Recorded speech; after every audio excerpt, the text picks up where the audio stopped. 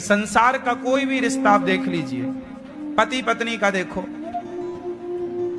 पति पत्नी का देखो, शादी हुई 100%, 100 नंबर है, बहुत प्यार, कैसे जिएंगे तुम्हारे बिना,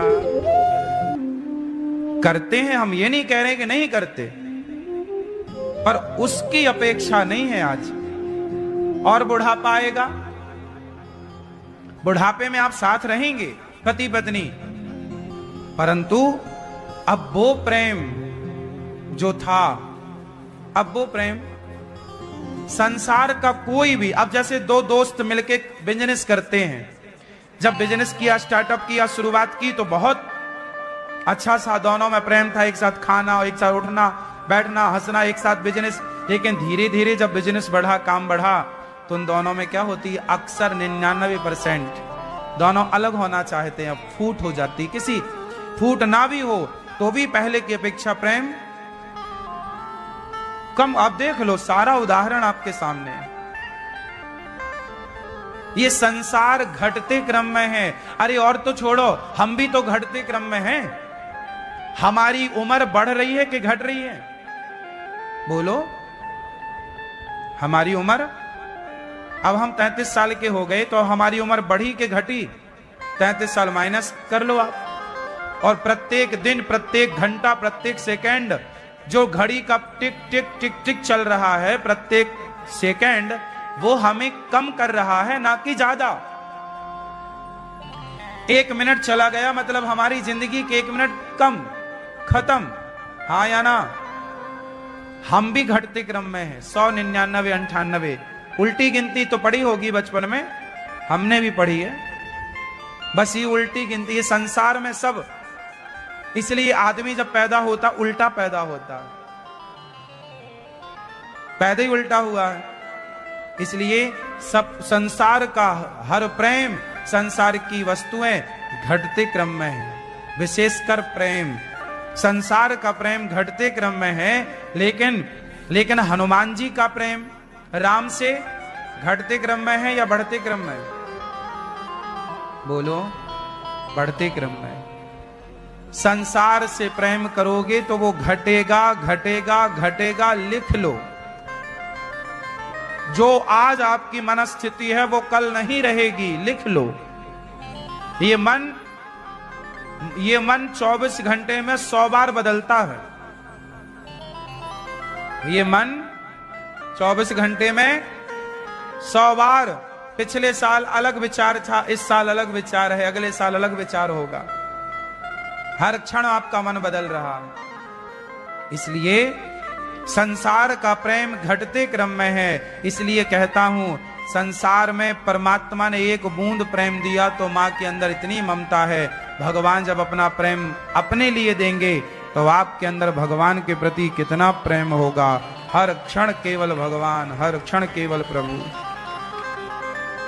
हर क्षण। जहां भगवान को एक पल के लिए ना भूला जाए वो प्रेम है, जहां भूल जाए वो काहे का प्रेम।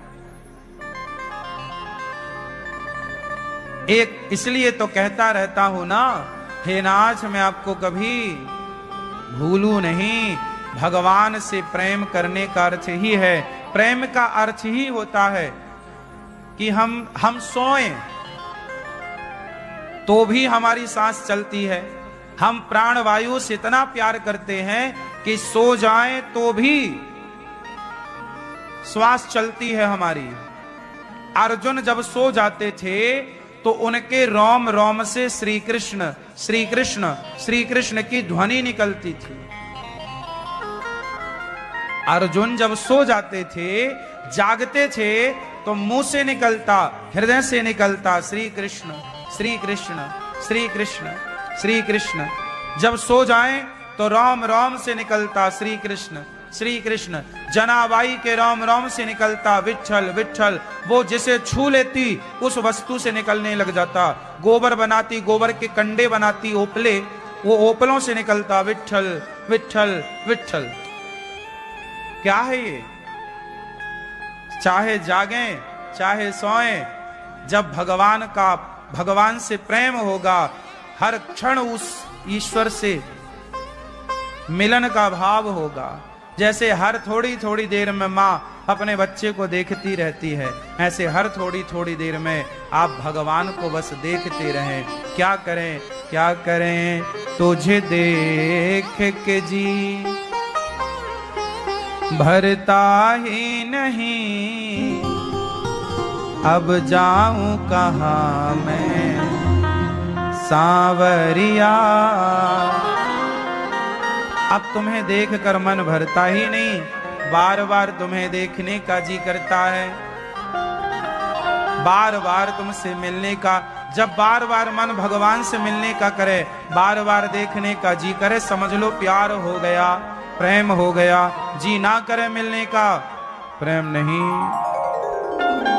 हम बार बार किसे देखते हैं? जिससे प्रेम हो, जिससे प्रेम है ही नहीं, क्यों देखें, है ना? भगवान से प्रेम होगा। उद्धव जी आए, गोपियां भगवान के प्रेम में रो रही हैं। अच्छा, प्रेम में रो क्यों रही हैं? अरे भाई क्या बताएं, प्रेम ऐसे ही होता है। प्रेम में व्यक्ति रोता है, रोए बिना कुछ नहीं होता। अच्छा ये बताओ, जब बच्चा पैदा होता है तब स्त्री हंसती है कि रोती है? हाँ, हंसती है। जब बच्चा पैदा हो रहा होता है, डिलीवरी का टाइम होता है, उस समय स्त्री रोती है कि हंसती है? बोलो मैया, आप बताओ, हंसती है? हाँ हाँ, रोती है ना? आज तक कोई स्त्री आपको ऐसी मिली जो डिलीवरी हो रही हो वो हंस रही है? करोड़ों स्त्रियां हैं धरती में, क्या कोई एक आज तक इतिहास में ऐसा केस मिला कि स्त्री हंसते हंसते बच्चे पैदा कर रही है? संभव है? नहीं ना, संभव है? जैसे बिना रोए बच्चा नहीं होता, बिना रोए बच्चा नहीं मिलता, बिना रोए पुत्र नहीं मिलता, तो बिना रोए भगवान कैसे मिलेंगे? याद रहे, कुछ भी याद न रहे, हमें कुछ याद रखना ही नहीं है। अभी जब तक आपको गृहस्थ में हो तब सबको याद रखो, जिम्मेदारियां हैं ना, सब कुछ करो, सारे कुछ काम कर लो। लेकिन जब समर्पण का समय आ जाए तो बिल्कुल परम त्यागी बन जाओ, सबको चित्त से हटाओ। अच्छा, कुछ लोग हटा तो लेते हैं सब चीजें, पर उसका गाना गाते सुनो, हमने सब छोड़ दिया। अब जैसे कुछ लोग चाय छोड़ देते हैं, तो चलो भैया छोड़ दिया, अच्छा है, पर वो जहां जाएंगे गाना जरूर गाएंगे, हमने चाय छोड़ दी, 10 साल हो गए हम चाय पीते ही नहीं। सोचो कि चाय छोड़े हैं तो इतना बड़ा गाना है, जिस दिन ये परिवार छोड़ देंगे तो क्या करेंगे? और इनसे छूटेगा? त्याग बहुत बड़ी बात है। लोगों के अंदर मरते मरते दम तक त्याग नहीं आता, और प्रकृति आपको बिल्कुल त्यागी बनाना चाहती है। जीवन में सुखी कौन है? जिसके अंदर त्याग है।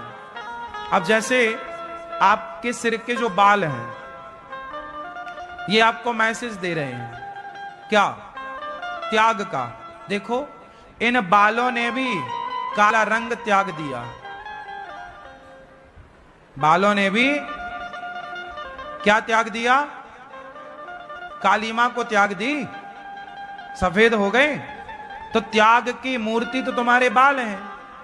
अब ऐसे त्याग दिया, सोचे ये बाल काले थे, लेकिन बालों ने अपना त्याग का प्रमाण दिया। देखो, जब त्यागना तो एक बाल जब पक जाते हैं ना, तो एक बाल में एक कण भी कहीं कालापन नहीं रह जाता।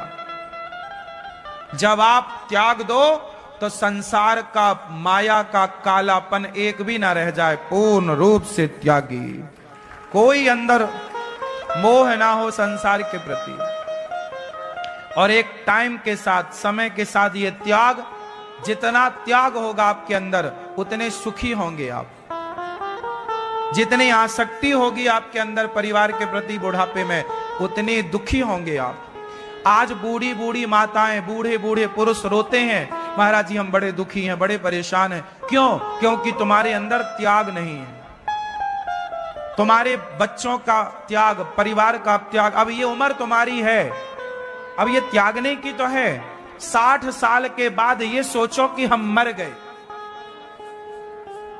60 साल के बाद ये सोचो कि हम जोर से मर गए, संसार के लिए मर गए। हमारा तुम्हारा 60 साल तक का था, मर गए। अब जिंदा रहो, बची उम्र वो जिंदा रहो केवल भगवान के लिए, बस प्रभु। अब आप और हम, तीसरा कोई नहीं।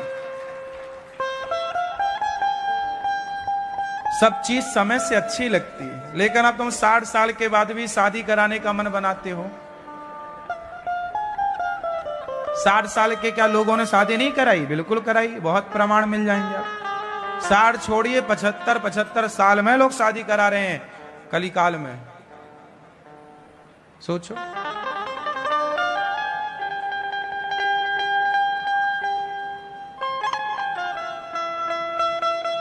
ये मन बड़ा चंचल है, भरता ही नहीं मन संसार के विषयों से। क्या करें, मन हट। इसलिए पहले के लोग एकांत में जंगल में रहते थे। संसार को ना देखना भी गलत है। पता है क्यों? देखेंगे ना तो बार बार मन वहीं जाएगा। जो देखते हैं आप, मन वहीं जाता है। इसलिए पहले के लोग जंगल में रहने का कॉन्सेप्ट, इसका क्या मतलब था? भाई जंगल में रहेंगे, देखेंगे नहीं। जब, अच्छा देखो, आप एक काम करना, मिठाई की दुकान के बगल से निकलो जहां ढेर सारी मिठाई की दुकान हो और बढ़िया रबड़ी वहां हो, रसगुल्ला हो, गुलाब जामुन, सब बढ़िया। तो आप जब जाएंगे ना तो अपने आप आपको खाने का मन हो जाएगा। आप ना खाएं वो अलग विषय है, आप नहीं खाएंगे, पर मन तो हो जाएगा यार, बढ़िया रसगुल्ला देखो कितना बढ़िया, देख दी। तो बताओ मन क्यों गया रसगुल्ले की तरफ? क्योंकि आंखों ने जोर से देखा ना होता तो क्यों जाता? बोलो। इसलिए एक टाइम के बाद ज्यादा चीजें देखना भी नहीं चाहिए, क्योंकि जो आंखों से देखते हैं वही अंदर जाती हैं चीजें। इसलिए एकांत का वास। पहले के लोग कंदराओं में रहते थे, गुफाओं में, और पुराने आश्रमों में, पुराने जगह पर स्त्रियों का जाना वर्जित था। कुछ जगह ऐसी थी, कुछ कंदराएं, कुछ गुफाएं, कुछ आश्रम ऐसे थे पुराने ऋषि मुनियों के, जहां वो स्त्रियों को वर्जित करते थे कि यहां नहीं आना है। क्यों नहीं आना है? क्योंकि देखेंगे तो मन चंचल हो सकता है, देखेंगे नहीं तो मन कंट्रोल है। मन पर किसी का कंट्रोल नहीं होता, उसको तरीके से करना पड़ता है, समझा बुझा करके। और वो समझा बुझा के क्या है? एकांत। कब एकांत? 60 साल के बाद।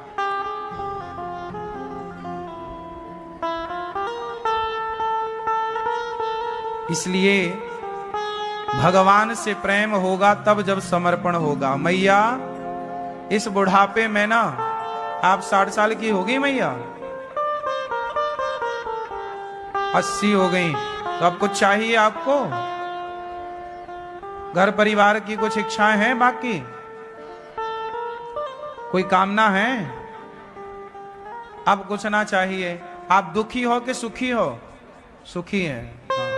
यदि वो चाह होती इनके अंदर तो ये दुखी होती, चाह नहीं है तो ये सुखी है। अब ना बेटी, ना बेटे से, ना पोती, ना पोते से कोई चाह नहीं, कोई। अब आप सुखी रहो। हम सिद्धांत दे रहे हैं आपको। 60 साल के होने के बाद अपने आप को मरा हुआ मान लो कि हम मर गए, जगत के लिए अब जिंदा हैं तो सिर्फ जगन्नाथ के लिए। बची हुई उम्र भगवान के नाम, तुम्हें सौंपता हूं अमानत तुम्हारी, तुम्हें सौंपती हूं अमानत तुम्हारी। भगवान की अमानत है ये शरीर, तो अब भगवान को सौंप दो। बची हुई श्वासों की रजिस्ट्री भगवान के नाम, केवल भगवान की संपत्ति है। अब हम 60 साल तक संसार के लोगों के लिए काम करो, रहो संसार के लिए, ठीक है, पर वो 60 साल में भी याद रखे रहना, बीच में ही कहानी 60 पहुंच ही ना पाए तब नुकसान ज्यादा हो जाएगा।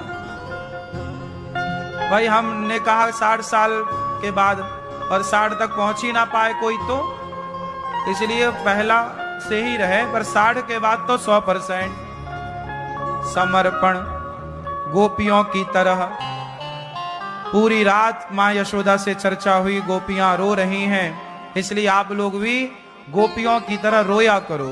भगवान को भक्त प्रसन्न करना है ना, तो बस उन्हें रो करके पुकारो, हे प्रभु हम आपके बिना कैसे रहें, आपके बिना हमारा कोई नहीं है।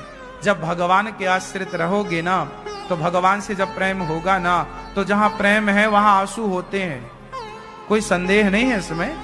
भगवान के भक्त रोते हैं भगवान के लिए, आपकी आंखों में आंसू होने चाहिए, पर भगवान की यादों में, भगवान के लिए।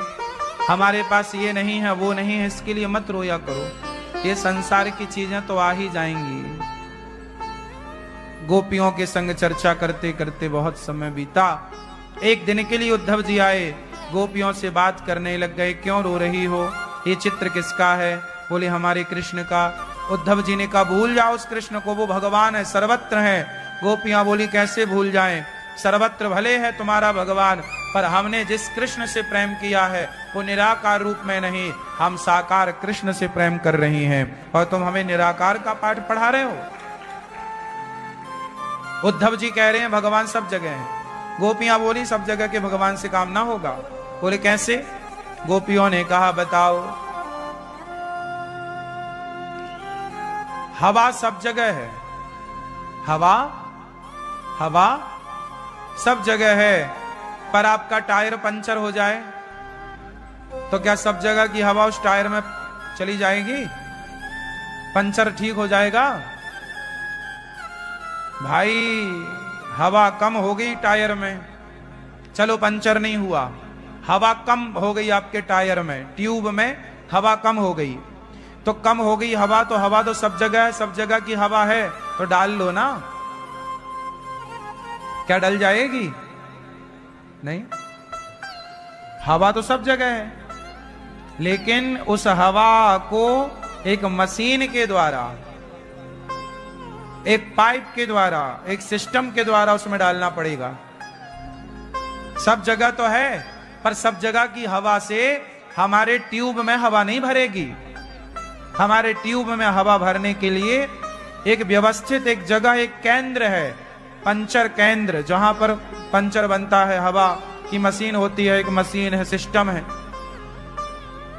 वो मशीन चलती है तो वो हवा को खींच के अपने अंदर भर लेती है, फिर वो पाइप के द्वारा, एक ट्यूब में एक पॉइंट होता है, उसमें हवा जाती है।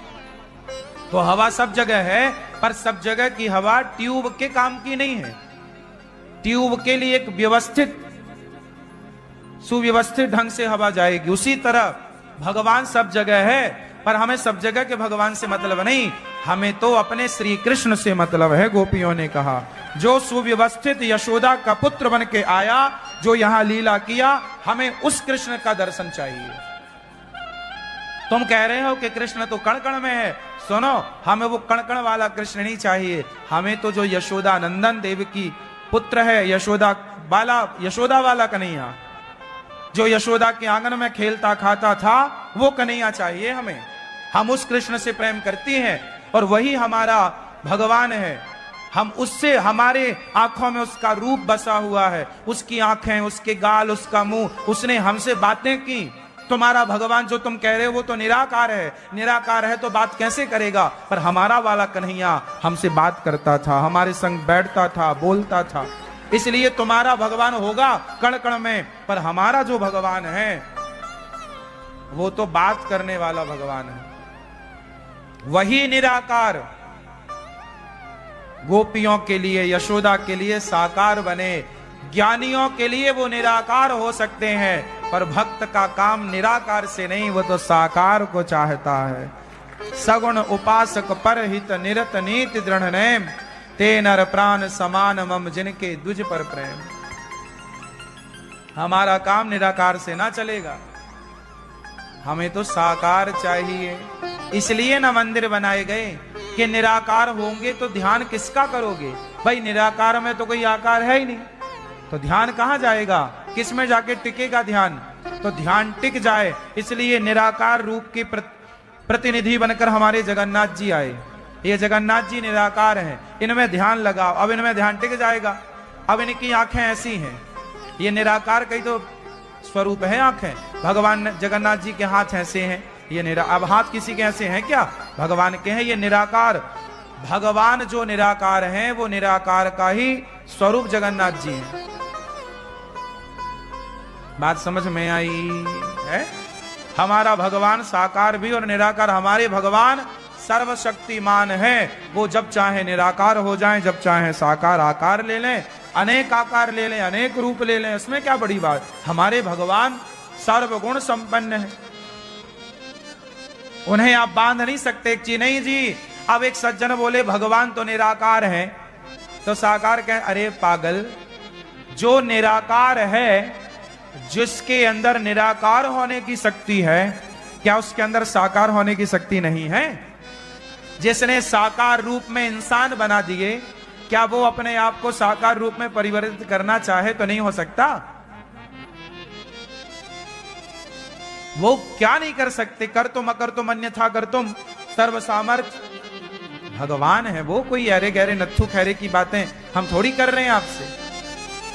कोई इंसान की बातें करते तो समझ में आता कि भाई वो तो सीमित शक्तियों से परिपूर्ण होगा, पर भगवान तो असीम है। भगवान असीम है, कोई सीमा नहीं, कोई नाप नहीं सकता, कोई क्या बताएं भगवान को, भगवान की शक्तियों, जिनके रोम रोम में ब्रह्मांड लटक रहे हो। ब्रह्मांड निकाया निर्मित माया, रोम रोम प्रतिवेद कहें। वो परमात्मा को आप कहते हैं कि वो निराकार है, साकार कैसे होगा? भाई भगवान है, उनकी इच्छा, उनका मन हुआ तो राम बन के आ गए साकार, उनका मन हुआ कृष्ण बन के आ गए साकार, उनका मन हुआ वामन बन के आ गए साकार, उनका मन हुआ नरसिंह बन के आ गए साकार। ये सब साकार रूप ही तो हैं। तो भगवान की इच्छा है। तो भगवान गोपियों ने उद्धव जी को ऐसा ज्ञान दिया, उद्धव जी चरणों में गिर पड़े और कहने लगे, हमें ब्रज की लता पता बनाओ। चरण रेणु चरण धूली उड़ उड़ के मस्तक पे पड़ती रहे। आए एक दिन के लिए 6 महीना बीत गए, ब्रज रज में लौटे, तब राधा रानी ने अपने हृदय में कृष्ण का दर्शन कराया कि उद्धव, मैं एक क्षण के लिए कृष्ण से अलग नहीं हूं।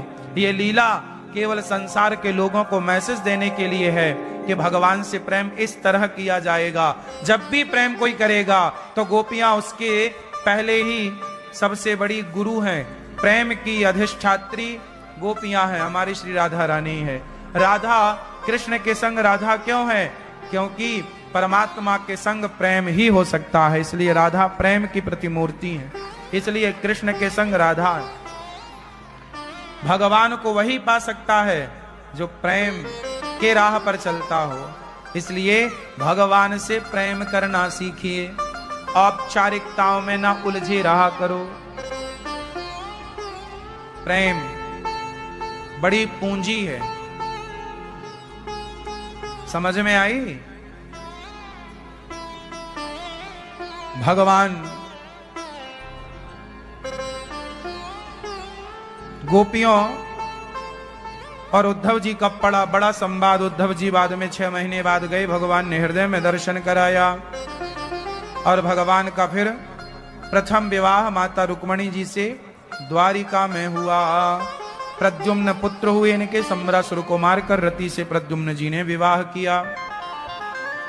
भगवान का दूसरा विवाह जामवंत की बेटी जाम्बवती से हुआ। जामवंत की बेटी जाम्बवती,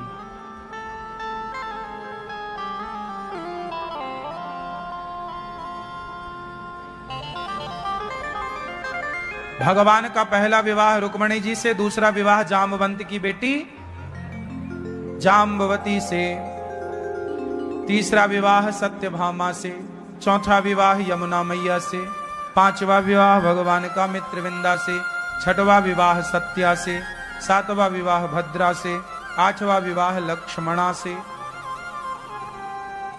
भौमासुर नाम का एक दैत्य था, उसने 16,100 कन्याओं को बंदी बना रखा था। भगवान ने उन कन्याओं को उसके बंधन से आजाद किया। कहा देवी वो अपने अपने घर जाओ। वो कन्या कहें कि प्रभु अब हम कैसे जाएं, आपके सिवा हमें कौन स्वीकार करेगा। तब उनके कहने पर भगवान ने उन कन्याओं को स्वीकार किया जिनसे कोई विवाह करने को तैयार नहीं था, जिन्हें समाज स्वीकार करने को तैयार नहीं, ऐसी कन्याओं से विवाह भगवान ने किया।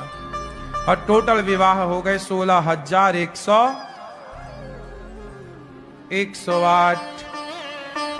इतने सारे विवाह भगवान के हुए। भगवान इतने सारे विवाह करते हैं, 16,000। कुछ लोग कहते हैं भगवान ने इतने सारे विवाह क्यों किए। भाई वो कन्याओं को बंदी बना रखा था भौमासुर ने, और कन्याओं का कहना है कि अब हमें कौन स्वीकार करेगा, तो समाज में उन्हें सम्मान के साथ जीने का अधिकार दिया है। और टोटल विवाह कितने हो गए, 16,000 होती हैं वेद की ऋचाएं, वेद मंत्र, 108 होते हैं उपनिषद। तो भगवान ने 16,108 जो वेद और उपनिषद हैं, इनकी प्रत्येक मंत्र ऋचाओं के साथ भगवान ने विवाह किया। इसका तात्पर्य है कि वेद की प्रत्येक ऋचा मतलब प्रत्येक मंत्र परमात्मा तक पहुंचाने वाला है। प्रत्येक ऋचा की रक्षा पारक्षणे धातु से पति बनता है। जो रक्षा करे वो पति है। तो जो वेदों की रक्षा करें वो पति हैं। तो वेद मंत्र के पति कौन, रक्षा वेदों की भगवान ही करते हैं। इस आधार से भगवान की 16,108 पत्नियां हैं जो रक्षा करें। और वैसे भी भगवान की पत्नियां 16,108 तो हैं, पर और भी हम सब कौन हैं, हम सबके प्राणों के पति कौन हैं, भगवान। हम सबके प्राण किसके आश्रित हैं, तुम हो एक अगोचर सबके प्राणपति। सबके प्राणों के पति भगवान। तो भगवान सबके पति हैं। केवल गोपियों के पति थे, 16,108 पत्नियां थी, ऐसा नहीं। हम सबके पति भी भगवान ही। पति का अर्थ क्या होता है, जो रक्षा करे, जो पालन करे, जो पालन करे, जो रक्षा करे, वो पति। तो भगवान हम सबके पालनहार हैं। किस किस के पालनहार भगवान हैं। तो पालनहार को क्या बोलते हैं, बोलो, पति। जैसे हम देखो, पति का मतलब आप लोग ये समझती हो जो मांग भरे वो पति। पति का अर्थ केवल ये नहीं है। जैसे हमारे देश में एक पति और है, राष्ट्रपति। आप में से किस किस के पति राष्ट्रपति हैं भैया? आपके पति राष्ट्रपति नहीं है, बोलो। हैं, हम सबके पति राष्ट्रपति। राष्ट्रपति का मतलब होता है जो राष्ट्र की रक्षा करे, उसे राष्ट्रपति कहा जाता है। जो राष्ट्र की अब इसलिए राष्ट्रपति के अंडर में सारी सेना होती है। राष्ट्रपति के अंडर में क्या होती है, जितनी सेना है वो सारी किसके अंडर में है? तो राष्ट्रपति जो है वो राष्ट्र की रक्षा करता है, इसलिए उसे राष्ट्रपति कहते हैं।